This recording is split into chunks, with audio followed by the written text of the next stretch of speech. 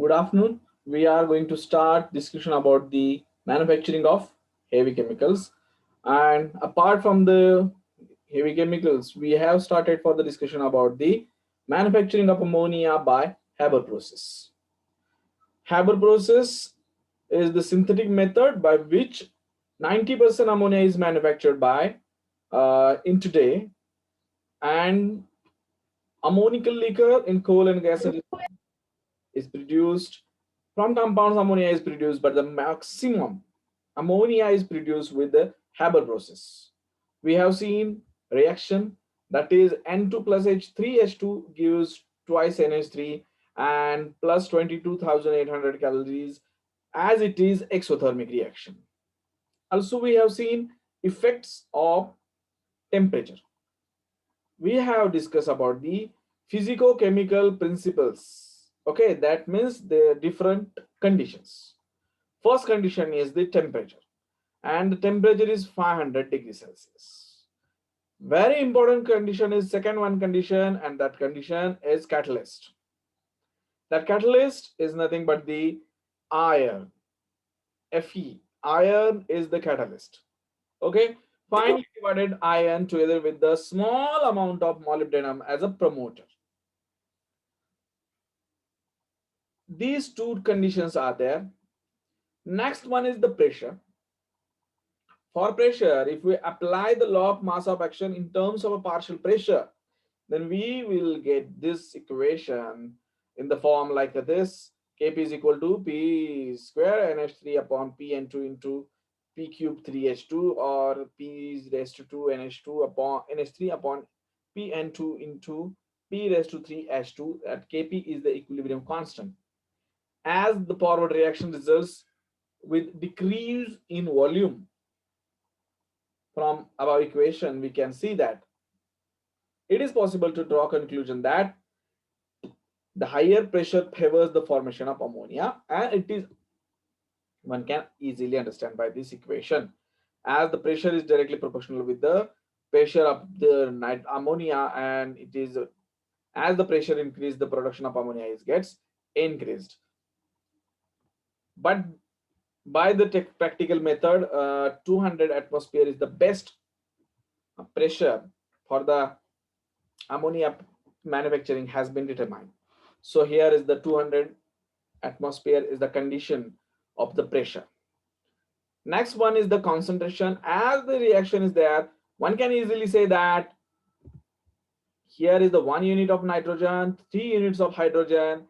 That means 1:3 is the ratio by getting 2 volumes or 2 units of the ammonia. So here is the, by applying law of mass of action, maximum yield of ammonia can be obtained by passing reacting nitrogen and hydrogen at the proportion 1:3. And the last one is the rate of flow of contact. The conversion reaction depends upon the time of contact of reacting gases with catalyst. Hence, to get conversion, these gases are recirculated over the catalyst repeatedly. आणि आपण या conditions चार ज्या आहेत त्या बघितलेल्या होत्या. Physico chemical मध्ये काय येतं, फिजिको केमिकल प्रिन्सिपल्स मध्ये येतात 4 कंडिशन्स. त्या 4 कंडिशन्स कुठल्या? Temperature 500, pressure 200, catalyst iron proportion 1:3. Okay, पुढचा पार्ट जो आहे, the process of manufacturing of ammonia at the industrial level, or what exactly processes are carried out in the formation of a ammonia in Haber process. The process involves the following important units. काल याच्याबद्दल थोडक्यात म्हटलं होतं की preparation and purification of the reacting gases. आता तो तुम्ही video तुम्ही बघितला, त्याच्यामध्ये तुमच्या लक्षात आलं असेल की थोड्याच नायट्रोजन कसा एअर मधून घेतला जातो, हायड्रोजन मिथेन पासून कसा तयार केला जातो, आणि हे दोन्ही गॅसेस प्युअर करून घेतले जातात. आणि हे प्युअर करून घेतलेले गॅसेस रिएक्टर मध्ये जे कन्व्हर्टर आहे त्याच्यामध्ये रिएक्ट होतात, आणि हे रिएक्ट झाल्यानंतर त्याचं separation of ammonia from the unreacted gases is taking place at the last stage. हे आपण पॉइंट 3 जे आहेत महत्वाचे बघितलेले आहेत. आता महत्वाचा मुद्दा जो आहे तो हा, manufacture of ammonia by Haber's process. And this is the diagram. Regular process, regular lectures आपले जर असते तर ही तुम्हाला डायग्राम पाठच करावी लागली असती, तुमची पाठच झाली असती, कारण मॅक्सिमम टाइम या हॅबर प्रोसेसवरती प्रश्न विचारला गेलेला आहे. अमोनिया म्हटलं की हॅबर प्रोसेस ही गोष्ट मनामध्ये फिट करून ठेवायची आहे. It is very very famous process world wide. Okay, तर ह्यामध्ये बघा ही डायग्राम आहे. या डायग्राम मध्ये इकडनं नायट्रोजन आहे आणि इकडनं हायड्रोजन आहे. या दोन्हीचं प्रपोर्शन कसं असणार आहे? Obviously that proportion will be 1:3. कशावरून? As per reaction. Gases form मध्ये असल्यामुळं इथं कॉम्प्रेसर आहे. गॅसेस फॉर्म मध्ये असल्यामुळे याला कॉम्प्रेसर वापरणं गरजेचंच आहे. या कॉम्प्रेसरच्या थ्रू काय झालंय, हे नायट्रोजन आणि हायड्रोजन 1:3 प्रपोर्शन मध्ये, म्हणजे समजा 10 लिटर नायट्रोजन पास केला तर 30 लिटर हे हायड्रोजन पास करावं लागतं. 10 लिटर नायट्रोजन पास केला तर 30 लिटर हायड्रोजन पास करायचा, आणि हे सगळं कुठं पास करायचं? या कन्व्हर्टर मध्ये करायचं. या कन्व्हर्टर मध्ये हे जे दिसतंय, मागाशी तुम्ही जे बघितलं रेड कलरचं इथं, ते काय आहे? तर हे आयर्न आहे. हे आयर्न कसलं आयर्न आहे? हे आयर्न कॅटलिस्ट म्हणून इथे यूज होतंय. बरोबर, या कन्व्हर्टर मध्ये हे आयर्न आहे आणि एक रिएक्टर, सॉरी, हे कॅटलिस्ट म्हणून इथे ऍक्ट होणार आहे. यामध्ये तुम्ही आता जी क्लिप बघितली त्यानुसार इथं काय होतंय? अमोनिया तयार होतोय. कसा? तर याला प्रेशर दिलं जात, सॉरी, प्रेशर अप्लाय केलं जाते. कॉम्प्रेसर अटॅच केलेलं असल्यामुळे प्रेशर याला काय केलेलं आहे? दिलं जातं, प्रेशर दिलं जातं, टेम्परेचर दिलं जातं, आणि तेवढ्या प्रेशर टेम्परेचरला हायड्रोजन आणि नायट्रोजन काय होतात?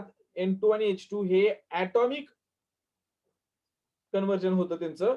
ऍटॉमिक कन्व्हर्जन झाल्यावर या सरफेसवरती, आयर्नच्या सरफेसवरती काय होतं? 1 नायट्रोजन आणि 2 हायड्रोजन असं NH3 तयार होतं, आणि अशा पद्धतीने जे NH3 तयार होतात ते सगळे पुढे पास होतात. पण हे सगळं 100% होतं का? नाही. 100% रिएक्शन येईल बिलकुल नाहीये. मग जे जे अमोनिया पार्टिकल तयार होतात, जे जे अमोनियाचा गॅस पार्टिकल तयार होतात, ते सगळे पुढे पाठवले जातात, आणि त्याचबरोबर जे नायट्रोजन आणि हायड्रोजन तसेच राहिलेले आहेत ते सुद्धा पुढे जातात. हे पुढे गेल्यानंतर कुठे जातात? तर या कुलिंग चेंबर मध्ये जातात. या कुलिंग चेंबर मध्ये कुलिंग झाल्यामुळं जे अमोनिया आहे त्या अमोनियाचं कुलिंग होतं, आणि त्या कुलिंगमुळं काय होतंय? तर अमोनिया इथं लिक्विड फॉर्म मध्ये मिळतो. अमोनिया लिक्विड फॉर्म मध्ये मिळतो, जो तुम्हाला बॉटलमध्ये तुम्ही जे आपण इथं वापरतो लॅबमध्ये तो तसा तो लिक्विड फॉर्म मध्ये मिळतो, कारण तो कुलिंग पिरियड, कुलिंग मध्ये हे केलेला असतो. आणि जो राहिलेला नायट्रोजन आणि हायड्रोजन आहे तो इथनं काय होतं? पुढे पाठवतो. पण पुढे पाठवून परत कुठे येतोय बघा?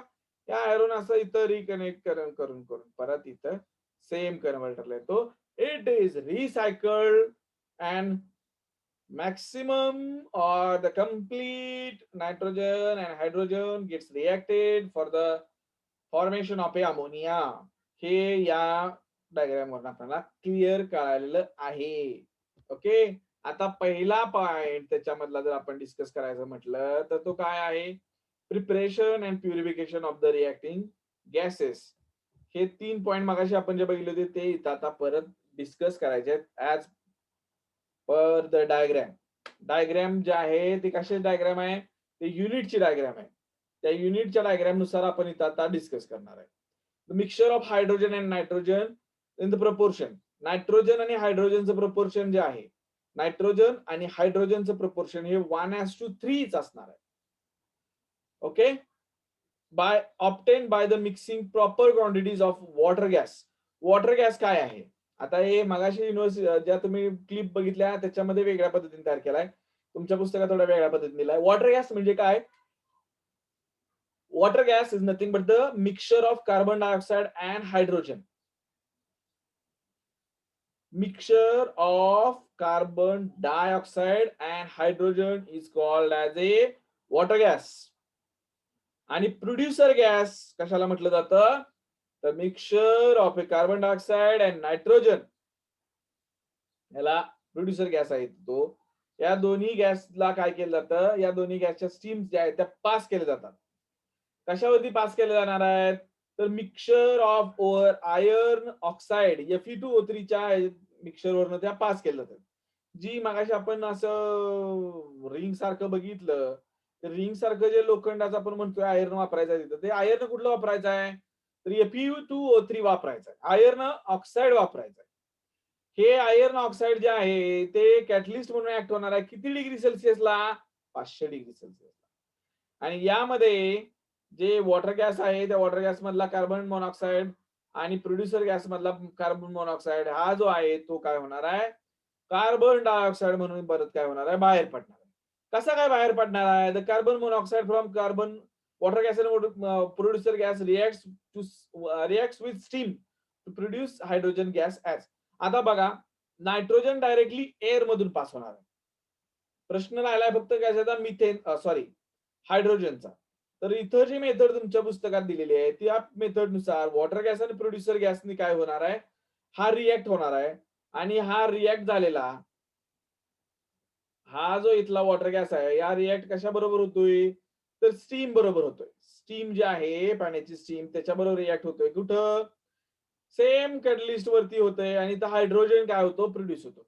हायड्रोजन ज्यावेळी प्रोड्यूस होतो त्यावेळी ती एक्सोथर्मिक रिएक्शन आहे. आणि ती exothermic reaction he about 10,000 calories जे काय आहे त्या एक्सिट करते, एक्झॉस्ट करते. कार्बन मोनॉक्साईड जे वापरून रिएक्शन पुढे जाऊन याच्यात तयार काय झालं, तर कार्बन डायऑक्साईड. मग तो रिमूव्ह कसा करायचा, it's very simple. Carbon dioxide is soluble in water. Carbon dioxide is soluble in water. आता तुम्ही सगळ्यात बेस्ट एक्झाम्पल तुम्हाला माहिती आहे, कार्बन डायऑक्साईड तुम्ही तो रेग्युलरली बऱ्याच जणांनी तो पिलाय. पिलाय इन द सेन्स काय होतंय, कार्बन डायऑक्साईड वापरून हे जे सॉफ्ट ड्रिंक्स आहेत सगळे, कोका कोला, पेप्सी काय असेल ते तुमचं, लिम्का, स्प्राईट, माझा, मिरिंडा वगैरे जे काही सगळं आहे ते, हे सगळे सॉफ्ट ड्रिंक्स हे कार्बन डायऑक्साईड वापरून केले जातात. तुम्ही लोकल मार्केटमध्ये जर गेला तर विट्यामध्ये ती सोय नाहीये, पण बऱ्याच ठिकाणी जर तुम्ही बघितलं तर सोडा मेकर वापरला जातो. आणि सोडा मेकर वापरून, विट्यामध्ये असेल सुद्धा, आय डोंट नो एक्झॅक्टली, कारण मी ते ड्रिंक घेत नाही. सोडा मेकर वापरून काय केलं जातं, तर सोडा तयार केला जातो आणि त्याचाच फ्लेवर दिला की तुमचं ते सॉफ्ट ड्रिंक तयार. हे जे सोडा मेकर आहे ते सोडा मेकर काय करतं, तर कार्बन डायऑक्साईड त्या पाण्यामध्ये बबल केला जातो विथ प्रेशर. लक्षात आलंय. तशा पद्धतीने हे काय झालं इथं, कार्बन मोनॉक्साईडला रिएक्ट करून कार्बन डायऑक्साईड तयार केल्यानंतर जे तयार झालेलं कार्बन डायऑक्साईड आहे ते कशामध्ये डिझॉल्व्ह केलं जाते, carbon dioxide is dissolved in water under pressure and traces of carbon monoxide are removed by NaOH under pressure. त्यातनंही जर काही कार्बन डायऑक्साईड रिमूव्ह होऊन सुद्धा जर का त्याच्यामध्ये NaOH शिल्लक राहिलं, सॉरी कार्बन मोनॉक्साईड शिल्लक राहिला, तर तो NaOH मध्ये काय करायचा, सोल्युबल करून घ्यायचा. The carbon monoxide must be removed as it is forms a volatile carbonyls with a catalyst ions. म्हणजे कार्बन मोनॉक्साईड तिथं सेपरेट जे रिमूव्ह करणं ते होणं गरजेचं आहे. एक्स्ट्रा कार्बन मोनॉक्साईड तिथं चालणार नाही. का एक्स्ट्रा कार्बन मोनॉक्साईड तिथं चालणार नाही, कारण ते काय करणार आहे, it will form volatile carbonyl with a catalyst ion. Carbon monoxide volatile काय कार्बोनिल तयार करेल with reaction iron, as iron is used here as a catalyst. The dried purified gases are brought exactly in the proper proportion, dried, compressed to 200 atmospheric pressure and are passed through converter. लक्षात आलंय. The carbon monoxide must be removed as it is volatile carbonyls with the catalyst ion. त्यामुळे ते NaOH मध्ये carbon monoxide remove करायचंच आहे. The purified gas are brought exactly in the proper proportion, dried, compressed to 200 atmospheric pressure and passed through the converter. त्यासाठी काय करायचं आहे, आपल्याला फायनली जे अमोनिया तयार करायचं आहे त्यासाठी किती प्रेशर रिक्वायर्ड आहे, 200 atmospheric प्रेशर रिक्वायर्ड आहे. तेच इथं काय केलेलं आहे, अप्लाय केलेला आहे. आणि राहिलेला जो गॅस सगळा आहे तो कशामध्ये पाठवलेला आहे, कन्व्हर्टर मध्ये पाठवलेला आहे, आणि तो इथं आपल्याला काय करतोय, फायनल अमोनिया प्रोड्यूस करतोय. दुसरा पॉइंट जो आहे तो म्हणजे कन्व्हर्टर. कन्व्हर्टर कुठला, हा पहिला पॉइंट झाला 1:3 प्रपोर्शन मध्ये नायट्रोजन आणि हायड्रोजन काय करायचं आहे आपल्याला घ्यायचं आहे. हा घेताना कशा पद्धतीने घ्यायचा आहे, तर 1:3 प्रपोर्शन मध्ये घ्यायचा आहे. या 1:3 प्रपोर्शन नंतर काय होणार आहे, दुसरा पार्ट जो आहे तो कन्व्हर्टर आहे. दुसरा कन्व्हर्टर जो आहे तो converter consist of electrically heated catalyst. ते हीटिंग जे आहे तिथं जाळ लावत बसायची गरज नाही. तो मागाचा जो होता तो एक्सपेरिमेंट लॅबोरेटरी मधला होता, त्यामुळे ते बाहेरून बर्नरनी हीट केलेलं दिसलं, पण ऍक्च्युअल मध्ये आयर्न कंटेंट जे आहे ते हीट करून घ्यायचं आहे, करायचं आहे. कसं करायचं आहे, तर ते इलेक्ट्रिकली हीट करून घ्यायचं आहे. when reaction is started and it being an exothermic, the optimum temperature can be maintained by only controlling the speed of entering gases. लक्षात आले का, बघा रिएक्शन जे आहे त्यावेळी सुरू होईल या 500 डिग्री सेल्सिअसला, आणि ते एक्झोथर्मिक रिएक्शन आहे, तर optimum temperature can be maintained by controlling speed of entering gas. Gas कधी एंटर करत असताना फार प्रेशरनी एंटर करत असतात, आणि त्याचबरोबर त्यांचं स्वतःचं टेम्परेचर असतं. त्यामुळे हे जे टेम्परेचर आहे या सगळ्या गोष्टी एंट्रीलाच तिथं काय करणं गरजेचं आहे, कंट्रोल करणं गरजेचं आहे. These gases then pass through the heat exchanger where the heat is given to the fresh incoming gases of converter. Heat एक्सचेंजरच्या थ्रू ज्यावेळी हे गॅसेस पास होणार आहेत 500 डिग्री सेल्सिअस रीच करण्यासाठी, त्यावेळी जे टेम्परेचर मेंटेन करायचं आहे, कंट्रोल करायचं आहे, ते एंट्रीच्या वेळीच कंट्रोल करायचं आहे. प्रेशर जे आहे ते प्रेशर ज्या पास करताना प्रेशर हे करायचं आहे ते प्रेशर तिथंच मेंटेन करून पास करायचं आहे, की जेणेकरून टेम्परेचर मेंटेन होणं तिथं पॉसिबल होईल. म्हणजे कन्व्हर्टरच्या आधीच आपल्याला प्रेशर आणि टेम्परेचर काय करायचं आहे, कंट्रोल करायचं आहे. तिसरा जो पार्ट आहे तो म्हणजे removal of ammonia, that is condensation. मगाशी जसं सांगितलं तसं ते काय करायचं आहे, कुलिंग करायचं आहे. हा जो भाग आहे या कन्व्हर्टर मध्ये हे सगळी रिएक्शन झाली मगाशी सांगितल्या पद्धतीनं, ती रिएक्शन इथं पुढे आली, अमोनिया फॉर्मेशन झालंय, पण अमोनिया फॉर्मेशन आहे ते गॅसेस फॉर्म मध्ये आहे. अमोनिया गॅसेस बरोबर आणखी नायट्रोजन आणि आयर्न गॅसेस, सॉरी नायट्रोजन आणि हायड्रोजनचे गॅसेस आहेत, की जे गॅसेस अनरिएक्टेड आहेत ते तसेच पुढे आलेले आहेत. हे तसेच पुढे आलेले गॅसेस आणि अमोनिया या कुलिंग चेंबर मध्ये येतात. या कुलिंग चेंबर मध्ये कंडेन्सेशन प्रोसेस होते. Resulting gases from converter containing 8% ammonia, फक्त 8% अमोनिया प्रोड्यूस होतो. ऍक्च्युअली तर फारच कमी दिलंय, ऍक्च्युअली 10 to 20% अमोनिया प्रोड्यूस होतो. अमोनिया प्रोड्यूस जो आहे तो कंडेन्स करण्यासाठी, कुलिंग करण्यासाठी काय करायला लागणार आहे, -10 to 20 डिग्री सेल्सिअस इतकं टेम्परेचर त्याला कुलिंगसाठी प्रोव्हाइड करायला लागणार. तेवढं टेम्परेचर कुलिंगसाठी प्रोव्हाइड केल्यानंतर अमोनिया विल कन्वर्टेड इनटू लिकर ammonia. The unchanged gases of nitrogen and hydrogen are compressed and passed back to circulatory system where these get mixed with the fresh gases, and so cycle repeats itself again and again. मगाशी तसं सांगितलं तसं यातनं जे काही nitrogen आणि hydrogen शिल्लक राहील ते सगळं काय होतं, कॉम्प्रेस केलं जातं. कॉम्प्रेस करून इथनं परत पाठवलं जातं कुठं, तर ते फ्रेश नायट्रोजन आणि हायड्रोजन बरोबर पुन्हा एकदा कन्व्हर्टर मध्ये पाठवले जातात, की ज्या कन्व्हर्टर मध्ये परत काय होतं, अमोनिया फॉर्मेशन होतं. Okay, great significance of this process is that nothing is lost. About 8% ammonia is obtained at each circulation.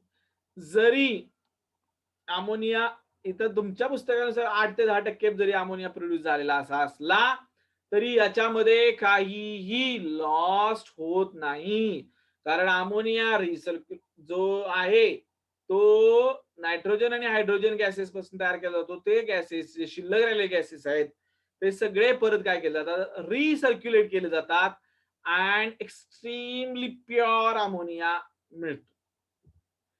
लक्षात आले? एक्स्ट्रीमली प्युअर अमोनिया इथं मिळतो. हे एवढं जे पॉइंट्स आहेत, हे एवढे पॉइंट्स कशामध्ये आहेत? Ammonia formation by Haber process. Okay, point लक्षात आलेला आहे का? पहिल्या पॉइंट मध्ये काय केलं जातंय? Purification and preparation of reacting gases. त्यामध्ये नायट्रोजन आणि हायड्रोजन 1:3 प्रोपोर्शन मध्ये घेतले जातात. नायट्रोजन साठी प्रोड्युसर गॅस घेतला जातो आणि वॉटर गॅस म्हणजेच कार्बन मोनॉक्साईड आणि कार्बन मोनॉक्साईड आणि हायड्रोजन हे ज्यावेळी एकत्रित येतात त्यावेळी जो गॅस तयार होतो त्या गॅसला म्हटलं जातं वॉटर गॅस. तो वॉटर गॅस ऍक्च्युअल मध्ये वॉटरच्या स्टीम बरोबर ज्यावेळी रिॲक्ट होतो 500 डिग्री सेल्सिअसला आणि आयर्न कॅटलिस्ट म्हणून, त्यावेळी तो हायड्रोजन आणि कार्बन डायऑक्साईड असा सेपरेट होतो. तो त्या ब्रेकअप दोघांचं होतं आणि हे जे हायड्रोजन आणि CO2 होत दोन ब्रेकअप झालेले आहेत, यामधलं परत आपण यूज जो होतोय तो हायड्रोजनचा यूज होतोय आणि इथं जे CO2 जे आहे ते ऍज इट इज बाहेर राहतं. Carbon dioxide is removed by dissolving in water. त्यामुळे जे आता कार्बन डायऑक्साईड बाहेर पडतंय ते काय केलं जातं? कार्बन डायऑक्साईड वॉटरमध्ये सोल्युबल असल्यामुळे ते वॉटरमध्ये सोल्युबल केलं जातं आणि त्याचबरोबर कार्बन मोनॉक्साईड जे आहे ते प्युअर असेल, त्याच्यामध्ये काही इम्प्युरिटी असेल किंवा दुसऱ्या इम्प्युरिटीज ऍड काय झाल्या असतील तर तेवढ्यासाठी काय केलं जातं? कार्बन मोनॉक्साईड रिमूव्ह केलं जातं ट्रेस अमाऊंट मध्ये NaOH solution under pressure. NaOH solution under pressure. The carbon monoxide is removed as it is, forms volatile carbonyls with catalyst iron. The purified gases are brought exactly in the proper proportion, dried and compressed to 200 atmospheric pressure. मगाशी जसं मी तुम्हाला सांगितलं त्यावेळी त्याप्रमाणे जे pressure आहे ते pressure adjust करून काय केलं जातंय? आपल्याला जेवढं प्रेशर किती लागणार आहे, 200 ऍटमॉस्फिअर लागणार आहे, ते 200 ऍटमॉस्फिअर प्रेशर वापरून काय केलं जातंय? इथं कार्बन मोनॉक्साईड आणि नायट्रोजन गॅस आणि हायड्रोजनच्या प्रेझेन्स मध्ये NH3 काय होतंय? प्रोडक्शन होतंय. पुढचा जो पार्ट आहे तो म्हणजे कन्व्हर्टर. हा पार्ट जो आहे तो फार इम्पॉर्टंट पार्ट आहे, कारण त्याच्यामध्ये कॅटलिस्ट आहे आणि तो कॅटलिस्ट कुठला आहे तर आयर्न कॅटलिस्ट आहे. त्या आयर्न कॅटलिस्ट मध्ये एका बाजूने ज्यावेळी हीट येणार आहे, एका बाजूने ज्यावेळी इनपुट येणार आहे, ते इनपुट मध्ये काय असणार आहे? त्या इनपुट मध्ये असणार आहे नायट्रोजन, त्या इनपुट मध्ये असणार आहे हायड्रोजन. हे प्युअर फॉर्म मधले नायट्रोजन हायड्रोजन एकत्र घेतले की ते परत रिएक्टर मध्ये किंवा कन्व्हर्टर मध्ये जाणार आहेत. त्या कन्व्हर्टर मध्ये त्याला 500 डिग्री सेल्सिअस इतकं टेम्परेचर दिलं जाणार आहे आणि हे रिॲक्शन जे आहे ती एक्सोथर्मिक रिॲक्शन. लक्षात आलंय? आणि जे टेम्परेचर आहे ते कसं कंट्रोल करायचं आहे? By speed of entering gases. Entering गॅसेसच्या स्पीडवरनं ते काय करायचं आहे? कंट्रोल करायचं आहे. आणि शेवटचा जो प्रश्न आहे, शेवटचा जो मुद्दा आहे, that is removal of ammonia, that is condensation. आता जे तुम्हाला डायग्राम दाखवेल त्याच्यानुसार काय होतंय तर -10 to 20 डिग्री सेल्सिअसला -10 to -20 डिग्री सेल्सिअस इतक्या कमी टेम्परेचरला हे अमोनिया जे लिक्विड फॉर्म मध्ये आहे तो काय केला जातो? कलेक्ट केला जातो. यामध्ये अमोनिया मॅक्सिमम 8% कन्वर्ट होतो असं तुमच्या पुस्तकात दिलेलं आहे. ऍक्च्युअल मध्ये इट इज 8 to 20% असं दिलेलं आहे. पण काही फरक पडत नाही, जरी 8% असला तरी फरक पडत नाही. त्याचं कारण असं आहे की 8% जरी असला तरी तो रिपीटेडली रिसायकल होत असल्यामुळे त्याच्यातून मॅक्सिमम यील्ड आपल्याला मिळायला सुरुवात होते आणि 100% यील्ड मिळते. फक्त सिंगल सायकल मध्ये न मिळता मॅक्सिमम सायकल मध्ये. लक्षात आलंय? तर एवढा हा पार्ट जो होता तो आहे अमोनिया फॉर्मेशन बाय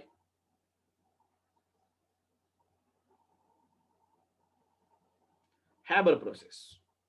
काही शंका असेल तर विचार.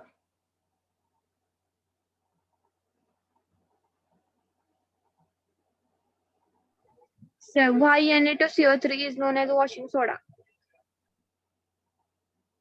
व्हाय? बर, जरा बघायला पाहिजे. कारण काय भानगड आहे, वॉशिंग सोडा त्याला म्हटलं जातं, परत जनरल नेम आहे त्याचं काय, वॉशिंग सोडा म्हणून त्याचा यूज केला जातो. ऍक्च्युली त्याचा युजेस वरनं त्याला वॉशिंग सोडा म्हटलं जातं. त्याच्या प्रॉपर्टीज आणि युसेस तुम्हाला मी ह्याच्या वेळी सांगतोच शिकवताना, आपला पुढचा पॉइंट घेताना. आणखीन काय प्रश्न असतील तर विचारा. सर, प्रमोटर वापरला जातो ना मॉलिब्डेनम, तो ह्या प्रोसेस मध्ये कुठं सांगितला नाही. हा, तर तो प्रमोटर कुठे वापरला जातो बघा, जे आयर्न आहे ना, आयर्न कन्व्हर्टर मध्ये ठेवलेलं, कन्व्हर्टर मध्ये कन्व्हर्टरची डायग्राम दिसली नाही, त्या कन्व्हर्टर मध्ये जे आयर्न होतं ते असं सर्क्युलर करून ह्याच्यात ठेवलेलं होतं.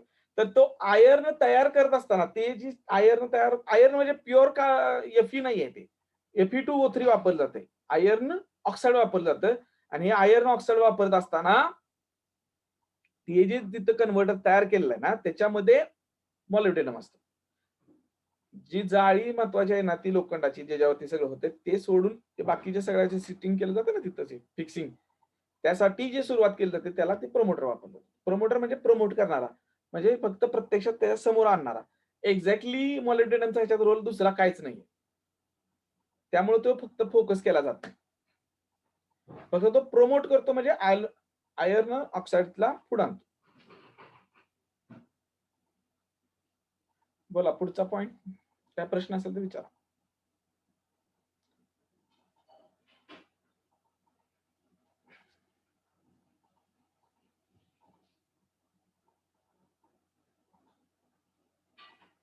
प्रश्न विचारा बाळानो, प्रश्न विचारा बाळानो, जागे व्हा, जागे व्हा, लेक्चर संपलंय, जागे व्हा. Okay, thank you.